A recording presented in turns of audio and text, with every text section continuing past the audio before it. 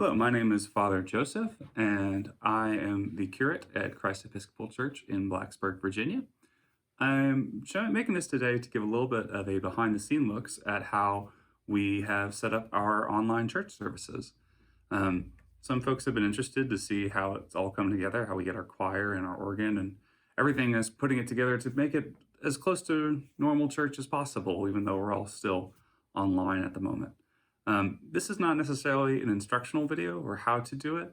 I would point you to some other resources online, but I'm going to just show how we do it. And if you're one of the few people outside of this congregation who might be watching this, you can use these basic principles to get set up, but every situation is going to be a little different. So with that, we will start our tour, and we will begin with our internet infrastructure, which was the most important part, though it was the least glamorous. So here's the heart of our new system. This is definitely the least glamorous thing of all of it, but it's what ties everything together. This is our internet connection. So most of you are probably familiar with having a home router. Well, this is effectively just a very large home modem and router and split into several parts. Inside most of your homes, you'll have a modem and a router. Sometimes they'll be combined into the same box, but they come with several different parts, and this is just a larger scale version of all of that stuff. Before we set this in, we were actually using 5 or 6 home routers around the building, and so we had like 5 or 6 networks that people had to connect to. And unfortunately, with the way our system put together, we all need to be on the same network. It lets us connect to the same printer, lets us connect to the internet. We don't have to jump around on our phones. But it also lets us, when we're broadcasting video and stuff, it gives us a much stabler connection. And we are a fan of wired connections because they're the stablest and they give us the best speeds. So let me go in and show you a little bit closer about how it all comes together. So here is our system, and this is where it really all begins and ends. So it starts here with our modem. You can see I've actually handily labeled it. So the modem, all it does is it connects us to our internet service provider, in this case Comcast, and it just connects us to the wider World Wide Web. What we have next to it is this little box, which is our router. And the router is what creates a wireless signal, a wireless name for your network name for your internet connection. And this basically takes the signal from the modem and it transfers it back and forth. This also has some security features on it too. Most routers have that built in. Now you can see this actually looks fairly small, by probably even smaller than your home router. Well, that's because it goes into something far larger, which is this. This is a network switcher. And this is a very special switcher because it has a few features. This is where we cross over from sort of home and hobbyist into business, enterprise, churches, stuff for larger facilities. So what this does is you can see we've got 16 connections and we're using 14 of them.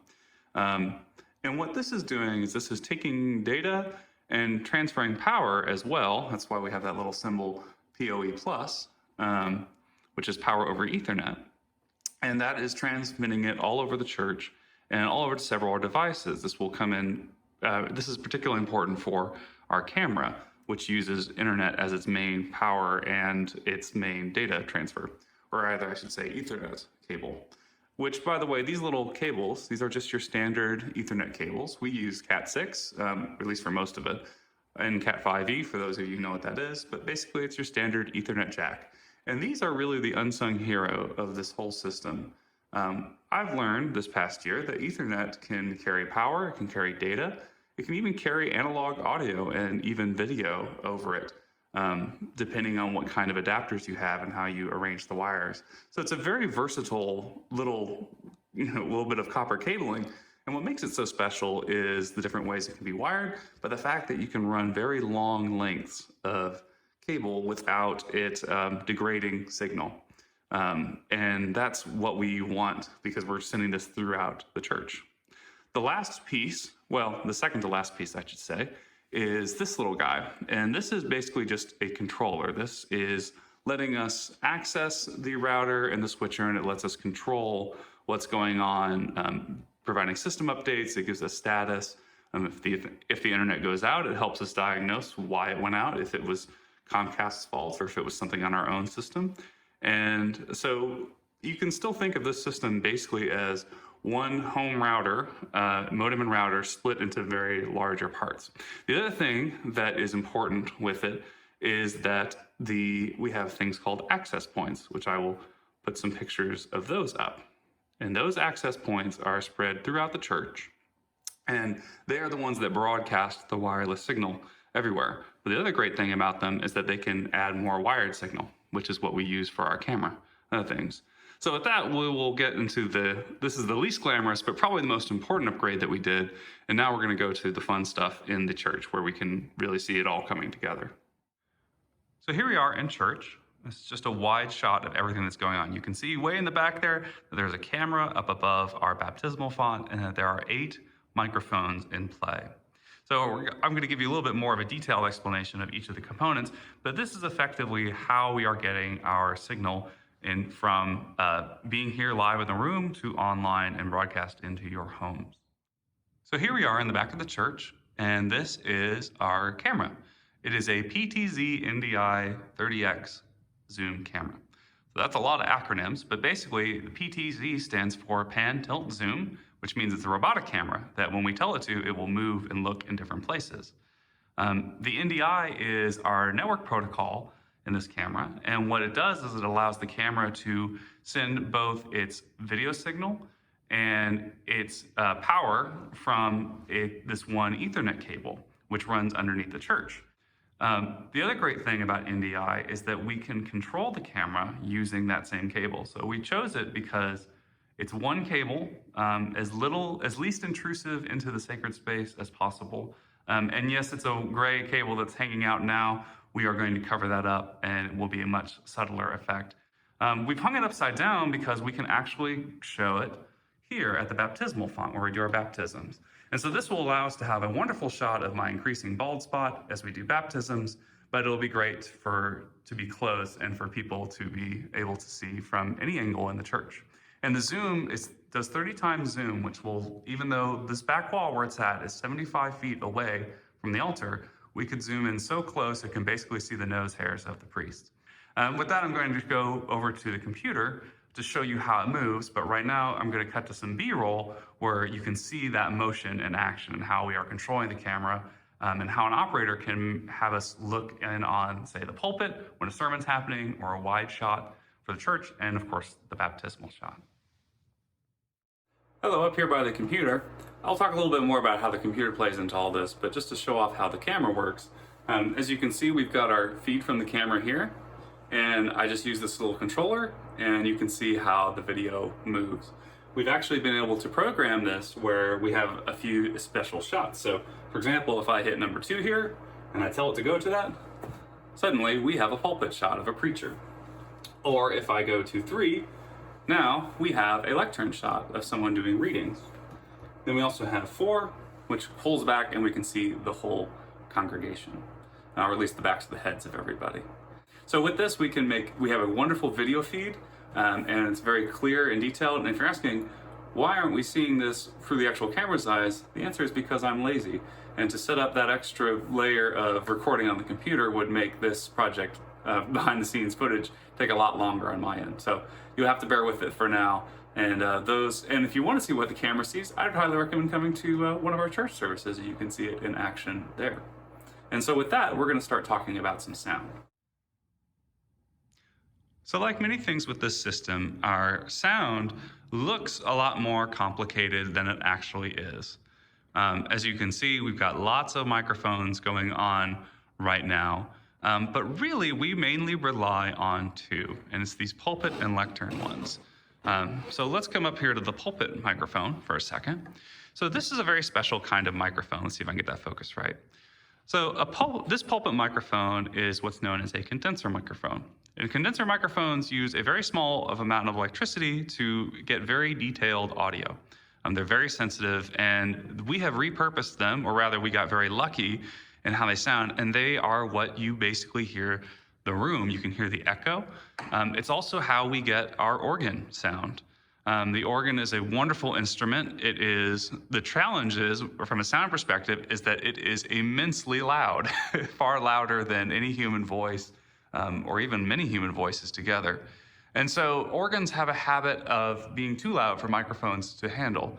But we got very lucky in that the position of these two microphones are just far enough away where they don't get too much noise, they don't overload, but they still sound very detailed, and we get a very good organ sound. Now, how the rest of the choir works, we have our socially distanced choir. You can see there are 6 microphones out there in the nave, and they are approximately 14 to 15 feet apart, and our singers also wear masks currently. This is obviously a temporary solution because we have that wonderful mixer board there in the middle, tying them all together. But this is how you hear the choir. The choir stands in their respective corners, and they have a very difficult time hearing each other, but because they're so close to the microphones and the way we have it set up, it sounds like you're standing where that mixer board is, basically in the middle of them.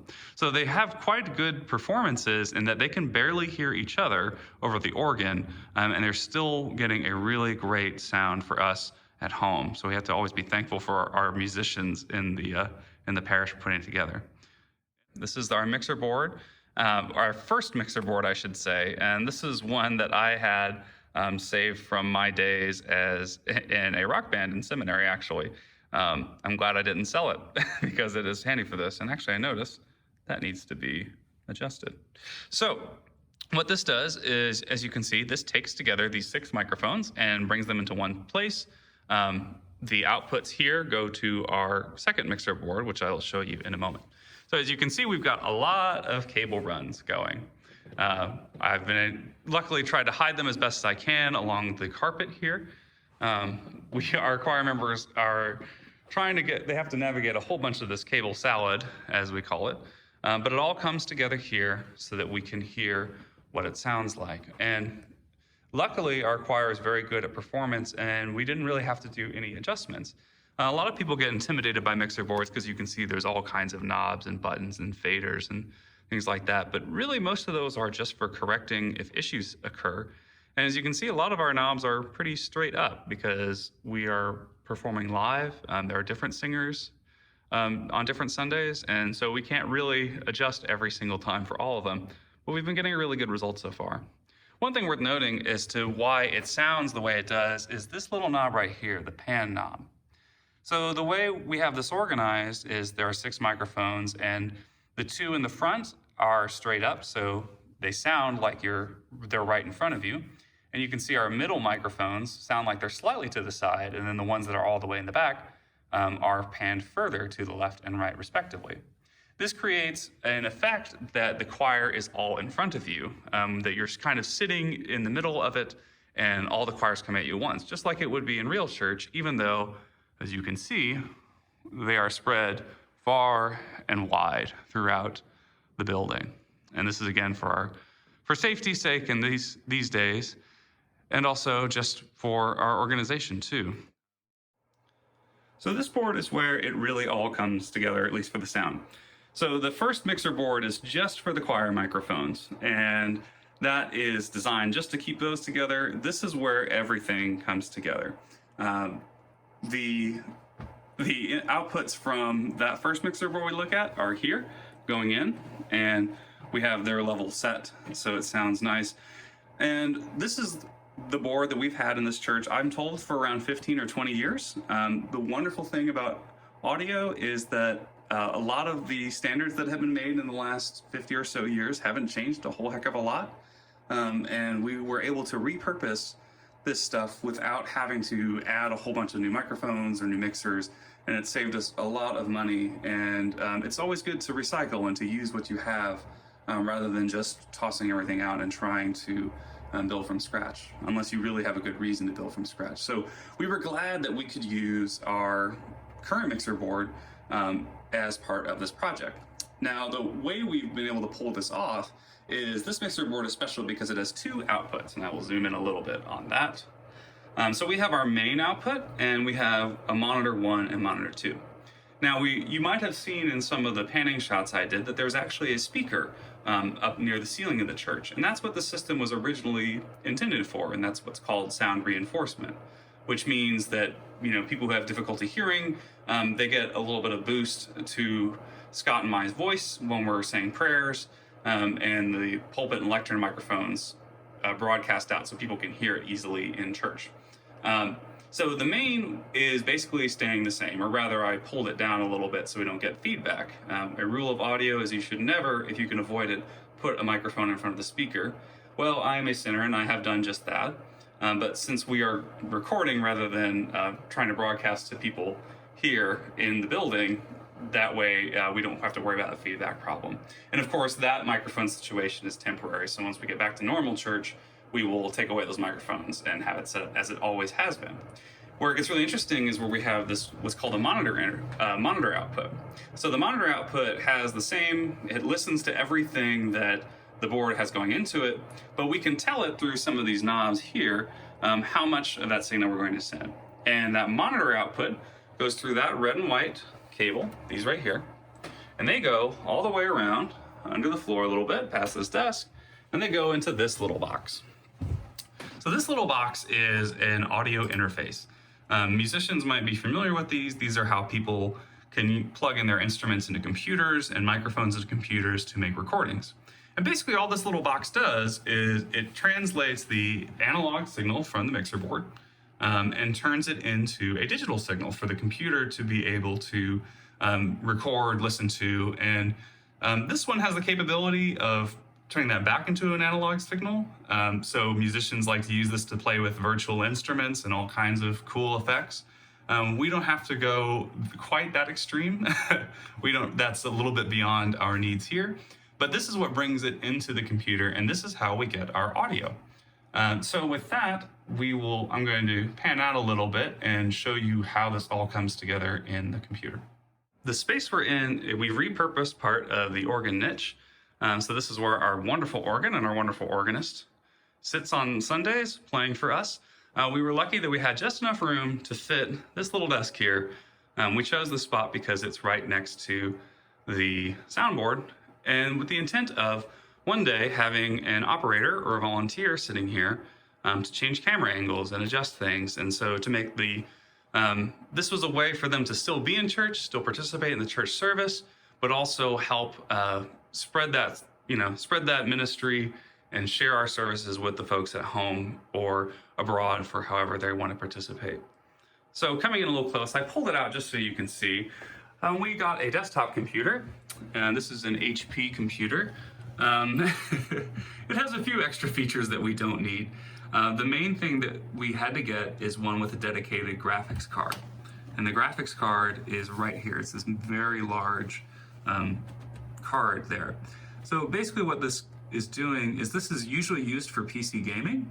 However, that video card is necessary because it lets us process video. Video uses a lot of data. To give an example, about 10 minutes of audio uses roughly 10 megabytes of data. 10 minutes of video at 1080p 60 frames per second uses about a gigabyte or a gigabyte and a half. So it's a very large difference in data. So we had to go with a gaming computer in order to get the power that we need for the graphics card and also from the processor, which is underneath that fan. The bonus is that it glows and it has fun rainbow colors. And as any computer enthusiast will tell you, the rainbows definitely make the computer go faster. But with that, the way we will usually have it set up is against the wall, where it's a little bit more subtle. But it is still kind of neat that we have a glowing rainbow computer as part of our system. So this is where it actually comes into play with, this is the interface. This is what an operator sees. As you can see, I've done a little bit of movie magic and put the computer back to where it will normally be, where it's not quite as distracting with all of our fun colors. So this is what an operator will be working with. We have our audio interface right there. We've got our camera controller, our keyboard, our mouse, etc. And this is where we get to our programming. And again, if you're wondering, why didn't you screen record this instead? Partially because with this program, we would have a Hall of Mirrors effect where it would infinitely go on. And that can be a little disturbing to look at and make people seasick. It's also, again, as I said, I'm lazy and I don't want to bother with frame rates, and it's much easier just to record all of this on my iPhone. So the program we're using is called OBS, and it stands for Open Broadcast Software. Open Broadcast Studio, excuse me, and it is a free and open source program that's designed for people to broadcast from their computers all kinds of things. Most of your favorite YouTube videos are made using this program. Um, if any of you watch online gaming, streamers will use this program to show their computer screen, to show what's happening in the game, and also will usually have a little image of themselves. So ours is, again, very simple, since we are basically just using this to broadcast out. Currently, we are using Zoom, and we don't actually have to use OBS as of yet. But what we will do eventually is we will use this to broadcast to YouTube or other platforms in order to get it out. But this is what we use to monitor. As you can see, there's some audio bars jumping around. You can see it's listening to me talking. And as I showed you before, I can operate the camera. I can hit, say, 2 here, and then I can press the other button, and then bam, we've got a pulpit shot for a sermon. We have the capability of moving the camera around from different rooms if we needed to. We wanted to do that for a Sunday sermon during our Zoom call, but we found that Zoom couldn't quite handle moving the camera around and also broadcasting it. So that's something that we'll start seeing once we're back into church normally, when we stick with our main shot here. So this is what we use to bring it all together. Everything comes together in the computer. We get the audio from the mixer board. We get the video from the camera over the Ethernet in the back. This is also connected via an Ethernet cable to an access point, and I will show a picture of that access point. It's on the other side of the room, or rather the other side of this organ niche. And it all goes into that central location I showed you at the beginning, and that is our strong and stable internet. As I said, the least glamorous, but probably the most important, because it's what made all of this possible. Hello, here we are back in the office. Wanted to thank you for coming along for that little bit of a behind-the-scenes look at how it goes. I did leave out a lot of details about the particulars of how we do it on any given Sunday with Zoom. The reason why is the Zoom section of it is sort of temporary. Once we get back into, I was talking more about how it's going to function into the future when we're in church together again, and how it will look and how it will sound for folks who are traveling, folks who are home, or maybe folks who are just checking out our church. And online's an easy way to just see what's going on and participate. I also can't even express how grateful I am for all of the folks who helped with this project. This has not been me only in the slightest. We've had a ton of people involved with all different kinds of skill sets. Just to give you an idea about how many people it takes, our choir on any given Sunday can be 4 to 10 people sharing microphones. We have our wonderful organist, and we have, of course, Scott and myself acting as clergy. We also have folks who have volunteered to help us manage the Zoom meeting. We have no fewer than 3 people helping us manage the Zoom meeting at any given time. We've had musicians who've recorded themselves at home playing their instruments so we can play them during the service. We have had musicians play live and they're from their homes, participate that way. We have people who help us with graphics and art that is on top of the emails and in the bulletins, and bring all this sort of production together. And of course, people who edit these videos. We've been sending out our sermons on YouTube, and it takes a little bit of editing to make it look clean and look better as possible. And we've really come a long way. We started by using an old laptop in the pulpit, actually, and we've now graduated into a much more professional system that hopefully will last for many years and will reach many people. But all that's to say is thank you for all the volunteers, the folks who have provided music, who have just participated in any way, who have volunteered to help with sometimes this production side, the folks who have crawled through the ceiling and underneath the church to run cable or drill through walls, help hang the camera. So much has gone into this project, and of all the things that have gone on in this past year, this has been a really shining light on how our community comes together to accomplish a goal for the glory of God and to share the gospel throughout, at least now, the World Wide Web too. So thanks for coming along, and it's been wonderful to be part of this community and for this community to really come together, even though we are far apart at the moment. So I wish you God's blessing. I hope all is going well, And I hope if you found this all interesting, we're going to be needing some more volunteers to help run some of this stuff once we get back to in-person church again. And if not, if you want to check us out, we are still on Zoom. We have an email list that you can join if you'd like to come to our church services. And eventually we will start broadcasting on the wider web as we are still learning how to do this. God bless, and I hope to see you this Sunday.